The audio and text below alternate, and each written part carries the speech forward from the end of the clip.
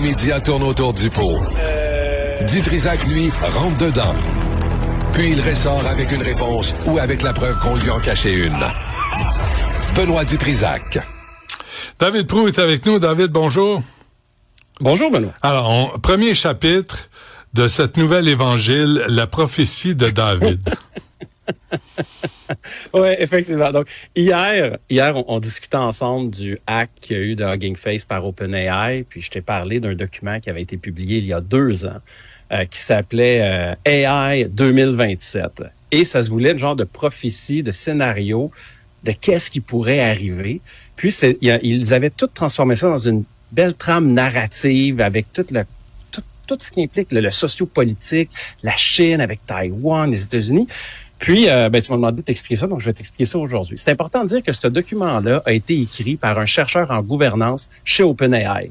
Donc, c'est pas un romancier chez lui là qui a écrit ça. Donc, l'idée, c'est que ça parle d'un laboratoire qui s'appelle OpenMind, laboratoire fictif, mais qu'on peut croire que c'est OpenAI. Et là, ils ont créé un agent qui s'appelle l'agent 1. Puis là, les gens l'utilisent un petit peu pour faire des petites demandes, chatter avec et tout. Puis là, ensuite, l'agent 1 donne naissance à l'agent 2. Puis là, l'agent 2 est capable d'accomplir des vraies tâches, du vrai travail. On parle avec lui comme avec un humain. Puis il se met à faire du travail, puis ça va bien. Puis là, l'agent 2 donne naissance à l'agent 3. Mais là, l'agent 3 fait de la recherche. Fait de la recherche en intelligence artificielle. Et là, c'est l'IA qui entraîne l'IA. L'IA qui contrôle l'IA. Et là, ça l'emmène. Et là, l'IA s'invente un langage. Un langage que les humains ne sont pas capables de comprendre. Donc, ils sont pas capables de suivre qu'est-ce qui se passe. Puis là, l'agent 3 donne naissance à l'agent 4, mais il savait que son rôle, l'agent 3, serait de surveiller l'agent 4. Mais comment il donne naissance? C'est que, en ce moment, il y a quelque chose qui s'appelle des loops, ou puis une autre technique qui s'appelle des graphs. C'est grosso modo, tu donnes une tâche à un agent avec un objectif, et tant qu'il l'atteint pas, il recommence. Et puis quand il a terminé d'améliorer son code, il mesure son écart entre ce qu'il souhaite faire et le résultat qu'il a obtenu. Il regarde où il n'a pas atteint ses objectifs et il recommence. Et il recommence jusqu'à temps qu'il atteigne l'objectif.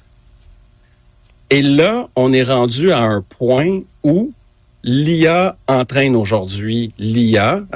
Anthropic a publié des documents là-dessus cet été. Et là, il y a cette accélération-là. Puis dans le document, puis j'ai fait un beau graphique que je vais te montrer dans quelques secondes, mais ce document-là a une précision hallucinante sur les capacités, de qu'est-ce qui était pour arriver et leur timing, de comment ils mesurent, comment les choses... Ben, regarde, je vais arrêter d'en parler, je vais te le montrer, puis je vais l'expliquer aussi pour les gens qui nous écoutent. Donc, ça, je l'ai fait, le lien pourra être dans la description YouTube du vidéo. Chacun des petits points, c'était une prévision. La ligne du temps est ici. Donc, ce qu'il faut comprendre, c'est qu'on est en retard sur rien. Tout ce qui avait été prévu a été accompli à ce jour. Puis là, on voit la suite des prédictions. J'ai fait un beau petit tableau, puis il y en a 130 quelques.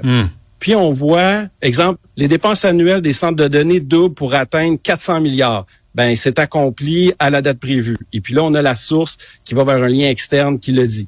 Les contrats militaires, ça a été d'avance. La première entreprise à 1 trilliard, on est d'avance. Puis on voit que les seuls points non accomplis, il y en a un que c'est un benchmark, mais les autres, ça va être des trucs sociopolitiques, comme des manifestations anti-IA ou des trucs comme ça. Puis là, ce qui est beau à entendre, ce qui est important à comprendre, c'est que dans ce scénario prophétique-là, c'est constamment la course entre la Chine et les États-Unis. Que là, la Chine est en retard. Puis là, d'ailleurs, ils avaient prévu que la Chine rattraperait les modèles américains. Donc, on est rendu là cet été. En les créant ou en les copiant? Ah, ben là, fort probablement en les copiant. Mais là, ils ont tellement bien copié que là, maintenant, ils sont capables de créer eux-mêmes, fort probablement, mais ils ont du moins bon matériel. Mais là, ce qui est intéressant, c'est que là, ils montrent les tensions, de dire, ben là, il y a des espions chinois dans les labos américains, ils vont voler des modèles, et puis là, les Chinois se disent, les Américains sont sur le point d'atteindre la super-intelligence. Est-ce qu'on bombarde leur centre de données? Est-ce qu'on pirate leur centre de données? Puis là, c'est des tensions qui pourraient arriver. Là. D'ailleurs, petite plug pour mon podcast sur Cube, y a-tu pensé, qui est lancé vendredi. J'ai quelqu'un des Forces armées canadiennes qui est venu parler de cybersécurité et justement comment les installations civiles, vu qu'ils font de la computation pour le militaire, peuvent devenir des cibles militaires. Puis on l'a vu quand l'Iran, il y a quelques mois, a bombardé des centres de données Amazon dans un pays limitrophe. Donc, mais bombardé avec des missiles, là. Pas hacké, pas une attaque virtuelle. Non, une bombe, tu casses tout, puis les ordinateurs arrêtent de rouler. Physiquement, OK. Oui, parce que c'est toute cette tension-là, puis ce document-là, donc la précision qu'il a, en fait, c'était peurant, puis les gens pourront aller le voir, là, parce que c'est comme si ces gens-là, ils venaient du futur, puis qu'ils avaient prévu tout ce qui était pour arriver. Puis là, tu as l'aspect géopolitique, parce que la Chine n'arrêtera jamais, les États-Unis n'arrêteront jamais. Donc, ils sont eux-mêmes soumis à leur soif de pouvoir. Puis, mais c'est une course vers quoi? Le but, c'est que si tu atteins la super-intelligence, si tu crées l'équivalent de Dieu ou d'un génie avec une laisse, puis que tu crois que tu vas être capable de retenir le génie avec la laisse, ben cette supériorité en sciences, en physique, en chimie, en tout, ben permet de dominer tes adversaires. Mais tout le monde est prêt à frotter la lampe pour avoir le génie. Là. Que le combat est pas terminé.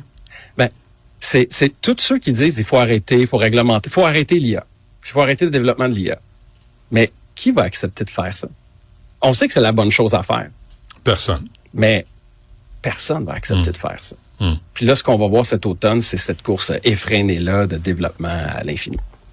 Tu as dit ça hier, David, cet automne et le printemps, là, 2026-2027, on est à un tournant dans tout ce qui touche l'intelligence artificielle. Oui, parce que vu qu'on a atteint le niveau où l'IA entraîne l'IA, ben là, ça va plus à la vitesse des humains, là. Ça va à la vitesse des machines. Donc, les découvertes qu'on va faire et les gains en capacité qu'on va faire, ça va aller très, très vite. Faut te dire, le printemps dernier, c'est le plus lent que ça leur a jamais été. À partir de maintenant, c'est juste encore plus vite. Okay. Mais là, au moins, on peut se fier à l'excellent jugement de nos leaders politiques pour nous guider à travers tous ces changements. Et la fin de l'humanité, c'est pour quand? Moi, je pense que ça n'arrivera pas. Moi, je pense qu'on va être correct. OK. Je m'attendais à une date, mais si j'en ai pas, c'est pas grave. Parfait. On se laisse là-dessus. Merci, David Proulx. À demain. À demain.